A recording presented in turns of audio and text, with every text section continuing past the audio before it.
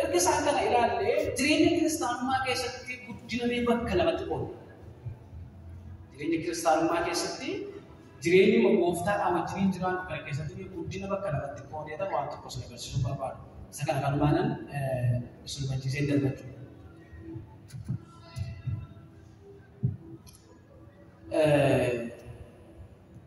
Horizontal and vertical waan tokko isin barbaadu. Achuun guddachuudhaa fi dalga guddachuu. Efesoon boqonnaa lama lakkoofsa 11-22 kan jiru. Efesoon boqonnaa lama.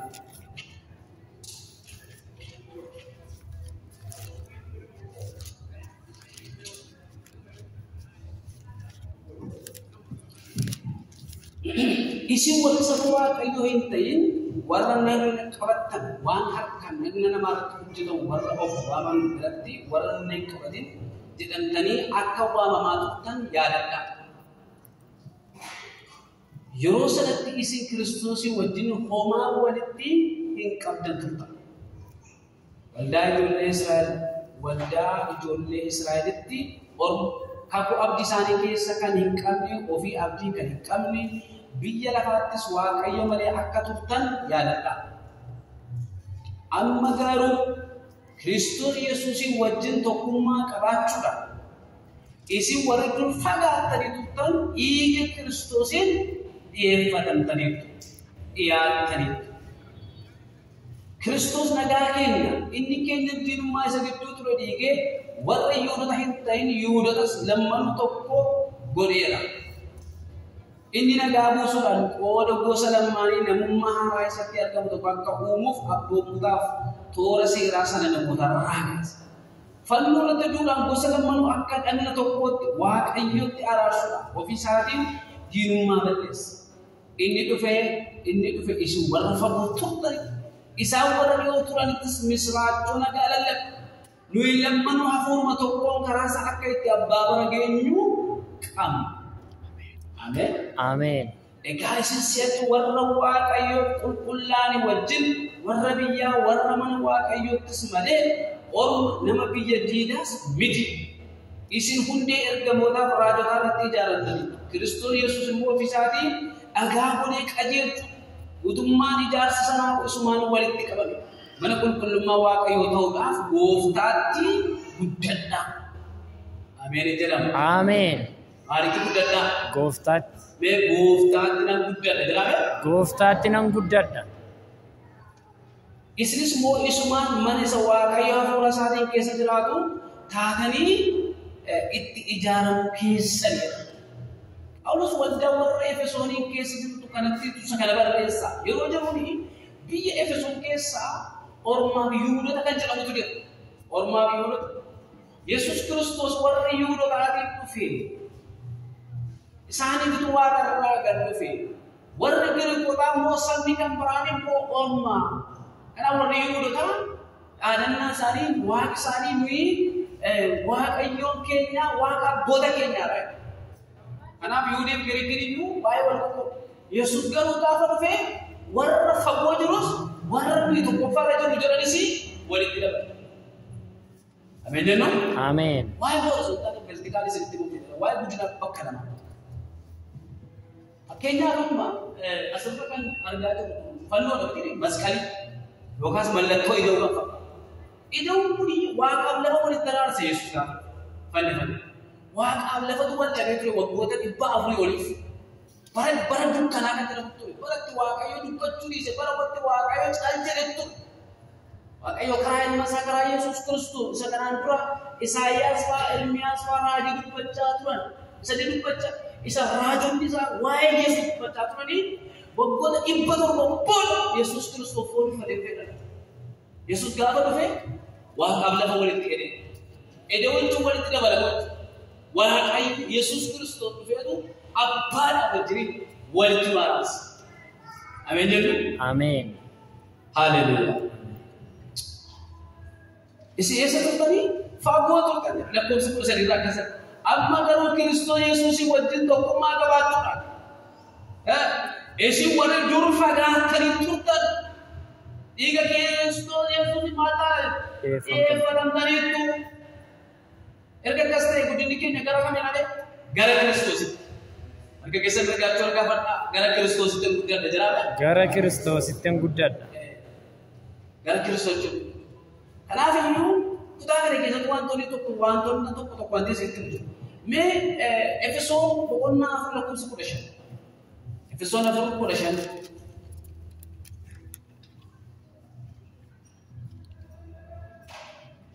Akkas jedha. Kanaafannaa jaalalaan dubbii dhugaa dubbachaa kottaa karaa hunduma gara isa mataanuuf ta'e. Haleluuyaa. Gara Kiristoositti hin guddan. Ameen. Isa jalatti bu'aa namnaa hundinuu wal fudhatanii kuusaa adda addaan argataniin walitti qabsiifamanii. Yeroo bu'aan namnaa adduma addaan tooraan hojjetuttis dhallichi hin guddata. Jaalalaanis ofii isaa hin cimsa. Awwalos waldaa Efesoonitti gaafatti dubbatu maala? Kottaa kanaafannaa jechuun biyya lafaa dhiibnee, jalina dhiibnee, hambeenya dhiibnee, wantoota amala biyya lafaa kana hundumas akka nama wayyaa ofirraa baasee gaarbeejii keessa buusutti achitti gannee gara isa mataa nuuf ta'e gara isaatti gara Kiristoositti guddanna. Galanni Waaqayyoodhaaf. Ameen. Mataa kan namni dhiire? Mataa kan namni dhiire? Waaqayyoon galannata. Amma irraatti namni miillaa yaaduu argamu addunyaa kanatti. Hundumtuu mataadhaan yaadu. Kun alaqaa keenya, muummicha ministeeraa keenyaa. Tuma karaarra deemtanii dhagaa muukii waan hundi garaagaraa kan naa keessa ta'e jalqaba silkiin isa kanatti bilbilama. Utuma argee jiru, itti warra kan biraan jiran jechuudha. Dafee kanatti bilbilameetu isa kun inni kun ajaja dabarsa. Miillaan rukutame, quba miillaan rukutame, iddoo keessa rakkina akkasii uumameera dabaa. Inni kun geggeessa. Kanaaf Phaawulos maayidha gara isa mataa nuuf ta'e gara eenyutti? Kiristoos mataa waldaa kiristaanaa jira jedhamtaan qulqulluu. Kiristoosidha. Mataa waldaa kiristaanaa Kiristoosidha. Kanaaf iyyuu kiristaanonni gara kamitti guddachuu qabu ree? Gara Kiristoosidha. Galanni Waaqayyoodhaaf. Phaawulos isuma kana dubbata. Namoonni itti guddachaa deemuu fi akka isaan argan miti yosiin yeroo inni gorsuudha. Yeroo inni gorsuudha. Mee ol guddachuu jechuun maal jechuudha? Gara isa mataa nuuf ta'e gara Kiristoositti guddachuu jechuudha. Efesoon 4:21 irraa isuma gara Efesoon 2:11 irra kan jiru. 2 lakkoofsa 21 dhiifama. 2:21 irra kan jiru.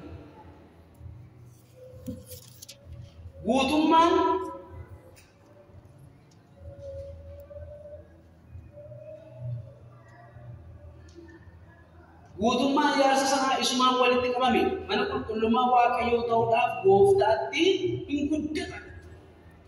Guutummaan ijaarsichaa harkis, miillis, ijis hundumtuu qaamni Waaqayyo nuu kennu kun hundumtuu nuyi fooniin guddanna ta'uu ta'e hafuuraan guddanna. Gara isa mataa nuuf ta'e gara Kiristoositti maal taana? Hin guddanna. Guddachuun waan guutuu ta'e adeemuunis jiran. Deemuunis jiru. Gara Kiristoositti guddachuudhaaf. Gara Kiristoositti guddachuudhaaf maaltu barbaachisaadha? Tokko Waaqayyoon fakkaatu. Namni gara Kiristoositti guddataa jira abalu gara Kiristoositti akkas ta'aa jira gaafa jira maal inni eenyuun fakkaata? Waaqayyoon fakkaata. Waaqayyoon kottaa nama hin uumna. Akka bifa keenyaatii fi akka fakkeenya keenyaatti. Waaqayyo fooniitii hin argamu. Waaqayyo harkaan hin qabatamu maal jechuudha? Waaqayyo qulqulluudha. Ameen jennu? Ameen. Kottaa nama nu fakkaatu humna. Haleluuyaa. Kottaa nama nu humna gaafa ta'e namni kan inni ittiin Waaqayyoon fakkaatu qulqullummaadhaani, qajeelummaadhaani, amanamummaadhaani.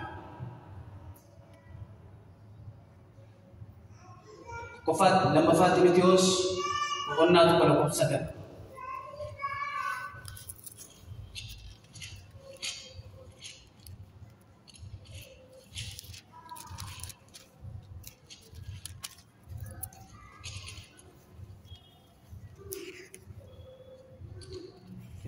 Lammaffaa 1:9.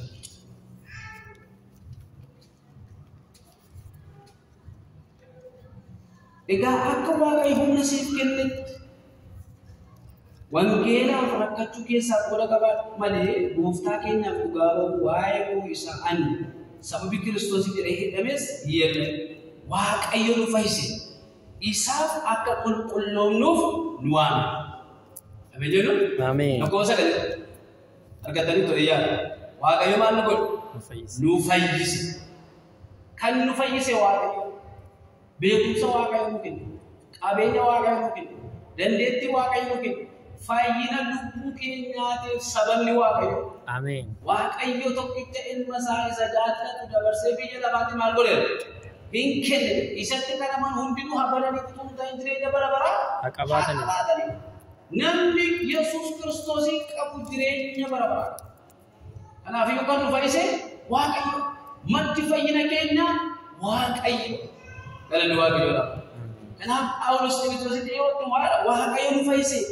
Isaaf akka qulqulloomnuuf nu waame. Maal akka taanuuf? Akka isaaf qulqulloomnuuf. Saganaaf nu waame. Nu waamuusaas akka akeeka isaatiif akka ayyaana isaa isa durii jalqabee karaa Kiristoos Yesuus nuuf kennete malee akka hojii keenya akka hojii keenya miti. Fayyinni keenya akka hojii keenya miti. Akka maal jedhanii? Akka Waaqayyootu nuu kenne. Kennaa jedhee nuu kenne. Kanaaf iyyuu itti guddachuun gahee keenya. Waaqayyoon kadhannaa. Egaa Waaqayyoon fakkaachuudhaan. Waaqayyoon fakkaachuun immoo akka nama sirriitti dubbataa jiru qulqullummaadha. Qulqullummaadha. Qajeelummaadha. Qajeelummaadha. Amanamummaadha. Jaalala. Jaalala. Yohaannis boqonnaa 15 lakkoofsa 9 hanga 12tti gaafa dhaleedhaan Wangeela Yohaannis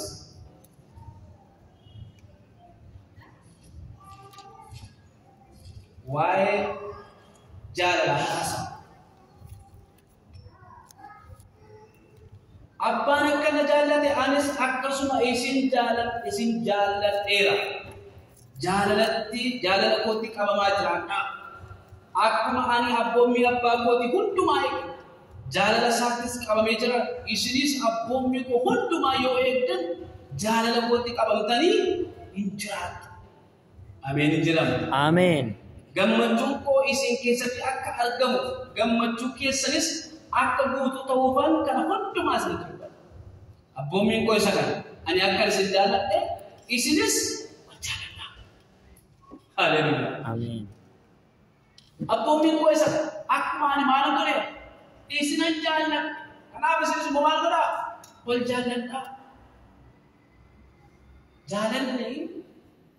Jaalalli hojmanii waa Yesuus Kiristoos waldaa kiristaanaatiif kennee akkuma isin jaalladha isin maal godhaa? Wanti isin darbatu tiraansferii. Ameen. Akkuma birrii walii dabarsuudhaaf teekinooloojiin as keessa baay'ee cimaadha. Biyya keenya hin caalu. Birrii waluma teenyee dabarsuudhaaf kottaa qaama birrii duwwaa walii dabarsuudhaaf. Jaalalas akka wal qabaa walii dabarsaa jaalala sii dabarsaa jiraanii isuma walii sheer gochuu qabna. Haleluuyaa. Abboonni akka maal malee akka isin jaalladha isinis walii keessanii Waaqayyoon kadhannata. Inni kan biraan gara Kiristoositti guddachuudhaan maaltu nurraa eegamu? Inni kan biraan macaafa qulqulluu karaa ittiin guddatan isinitti dubbata. Macaafa qulqulluu dubbifame. Xiimotewos isa lammaffaa boqonnaa 4 lakkoofsa 16.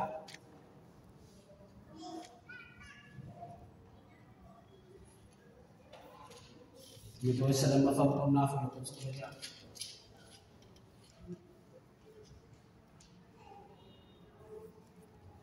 Macaafa Hisqeel raajichaa boqonnaa 3 lakkoofsa 1 kaatee kan jiru dubbisa. Inni yommus yaa mucaa namaa ati wanta siif kenname nyaadhu. Macaafa mana bukanaa nyaadhuuti dhaqite namoota Israa'elitti dubbadhu naan jedhe.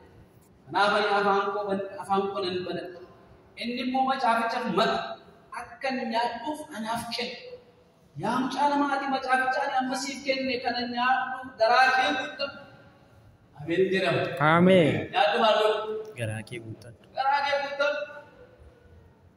garaake keessa fiisaa duwwaa miti bargari duwwaa miti guutuu qaba inni kunis guutuu qaba siminaar satti kan warra waa keetti dubban waartan isin godhiifa maka waaqayyoon galanatu ameen fiisaa bargari duwwaa ta'uu gochuu isa kanas inni kun isin barbaachisa meerga keessa gargaachuu olkaasaa warra wangeela qabdachuu olkaasaa wangeelli keessa na barbaachisa naanime wangeelli keessa na barbaachisa kanaaf isa kana waaqayyoon mootuu is keeritti dubbata yaa mucaa lamaati kee maal godhi nyaa garaake immoo guuttadhu naa jiru haleluya amma sila jalqaba waa'ee nyaataa tokko haasaan ture irra deebitee naan itti dinaa namni gaafa nyaata keessaa kaarboohaayidireetii jira sirrii jedhaan ture faatiin jira pirootiinii jira nyaata madaalamaa nyaanni suni dandeettii dhukkuba namarraa ittisuu qaba hamma humna isaa Kenyaafi iga di mana cara bercerita, na hukum ni gambar kamu, virus ni gambar kamu, itahan gambar kamu, kufan gambar kamu, dia kalau dia tahu ini kan tidak betul desa, na kamu dan dia nyale anisan mungkin setelah itu ada isa berada pelenu, overrap kalau dia diri semua, itu sudah tak, kenapa orang ada berjualan dia? Namun tu kata Abidai ni saling kan andaninya dan nyata. Harga wal kapa Abidai ni kewa kuyusi kau dulu hati masih. Malahnya kan jadi wah kau nyata sih kan jerame. Orang beri malahnya kan jadi ngawal leluya. Haleluya. Kenapa agak yus kini nak malit tinja dekai ke nyatu di isa pada mobile kau itu. Nakik buta. Adunya anjar kabarnya tertutup time bikin apa aku nama jalan murat seks dia maju doan biasa.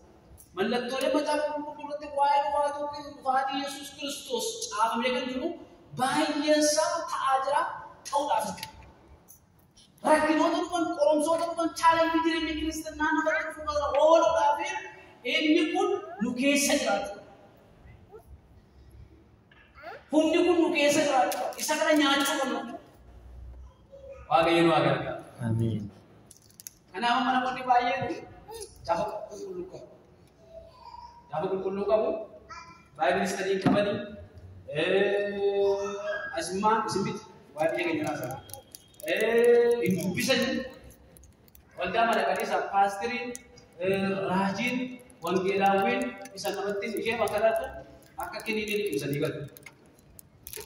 Kiniinii Manatti nyaatu akka kamu macam qulqulluu qabatu. Namoonni tokko foonii mana goraa malee macaan qulqulluu siree jala kaa'atanii qabu. Maaliif gaafa jedhamu abjuularraa eegaa. Waan tokko narraa eegaa. Haa ta'u rakkina qabu tiraasii tu'atu. Isa kana keessa jiru nyaachuu qabu. Ameen. Kana dubbisuu qalachuu barbaada. Dubbisuu qabu. Amma teekinooloojiin baay'ee bal'ate. Kalatti softweerii isaa akkatti baatanii deemu guyyaatti peejii lama sadii boqonnaa lama sadii dubbisuu qabaachuu dandeetti akkasii qabaachuu qaba. Gaafa inni kun oomishni kun gaafa inni karaa keenya keessa muudee wantoonni ala kanaa nutti bubbisaa qaban hundumtu nun bubbisan. Maal ta'e hundee keenya jabaatee dhaabbatee natti bubbisuu tani takkaaruma yaadna hin bubbisa. Asirraan sitti bubbisaa asirraan sitti bubbisaa asirraan sitti bubbisaa ati jabaatee dhaabbatee jirta yoo ta'e si dadhabee sun. Adi kira-kira aja kayak apa sih kalau ketika kepala jual sih kalau itu jinjit jalan aja. Kalau pun sebiasa ada nama ada, apa teman? Haleluya. Amin. Kumnya nyata cikin deh. Asih mana je dari asih tu. Bergema apa yang mau tu seberang sekali bukan. Asih mana mana. Rajun di mana tu mau kita kalian biasa kita nak buat apa? Ali mana tu kau baju lawan dia mana? Mekainya. Kayaknya, orang itu kan ada macam Vitilnya tu cerita, Vitil tu cerita berbalik. Asyik saya. Dia bilang, amas kayaknya, amas ini kayaknya. Humnanya ada cikin deh, bujar utama harga utama hal betul baik. Haleluya. Asalkan duit terwena nasranya ada tu. Hal betul baik. wangeela dhageenyu hamma mootummaa Waaqayyo hamma jireenya bara galanni guddaa Waaqayyoodhaaf